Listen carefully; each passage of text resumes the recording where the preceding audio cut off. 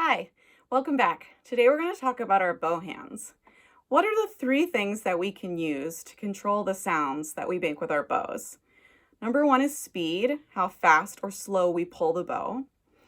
Number two is weight, how much weight we put in with our right arm, which could be more or less.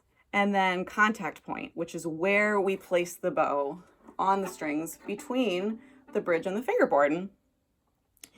So if we wanted to use speed, we could play a really slow bow. You could even time yourself to see how long it takes you to get from the frog to the tip. See if you can beat your stand partner. And then we could also play with a very fast bow.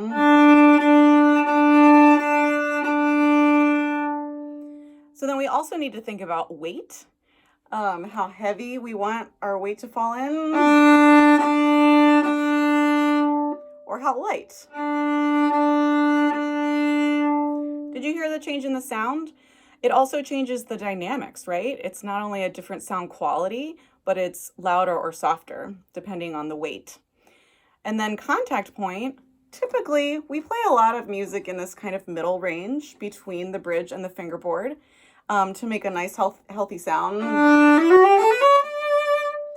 But we also could play way over the bridge, which is called ponticello, or way over the fingerboard, flautando. And flautando is just a very light, kind of wispy sound, and then ponticello makes that scratchy, almost ghost-like sound. So in addition to thinking about these three things, speed, weight, and contact point, we also want to think about what part of the bow we're in. Have you ever noticed that some parts of the bow sound better for certain types of music? So if we wanted to play very delicate, we might play at the tip. And if we wanted to play really aggressively and really stand out, we might play right at the frog.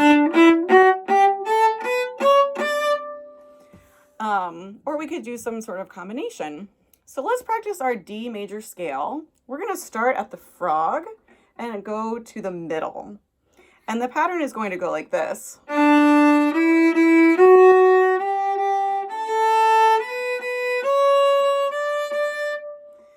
So let's put on our metronome at 60.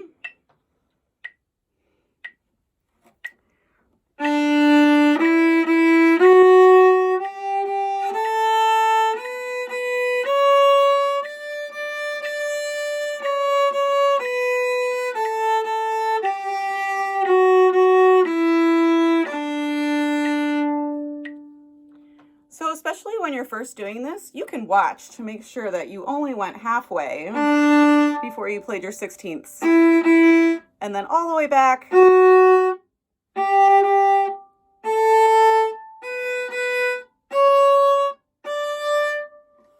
And then we can do the opposite. We can play this at the tip. So we're going to start in the middle of the bow and go to the tip. So ready, and...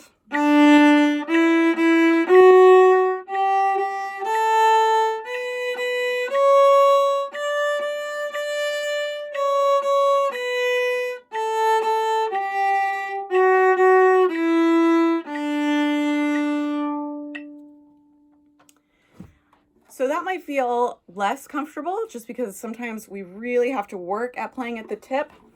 One idea that I would have to help is that we really make sure our elbow is up and that we press our pointer finger into the bow stick a little bit. See how we can press closer to the hair?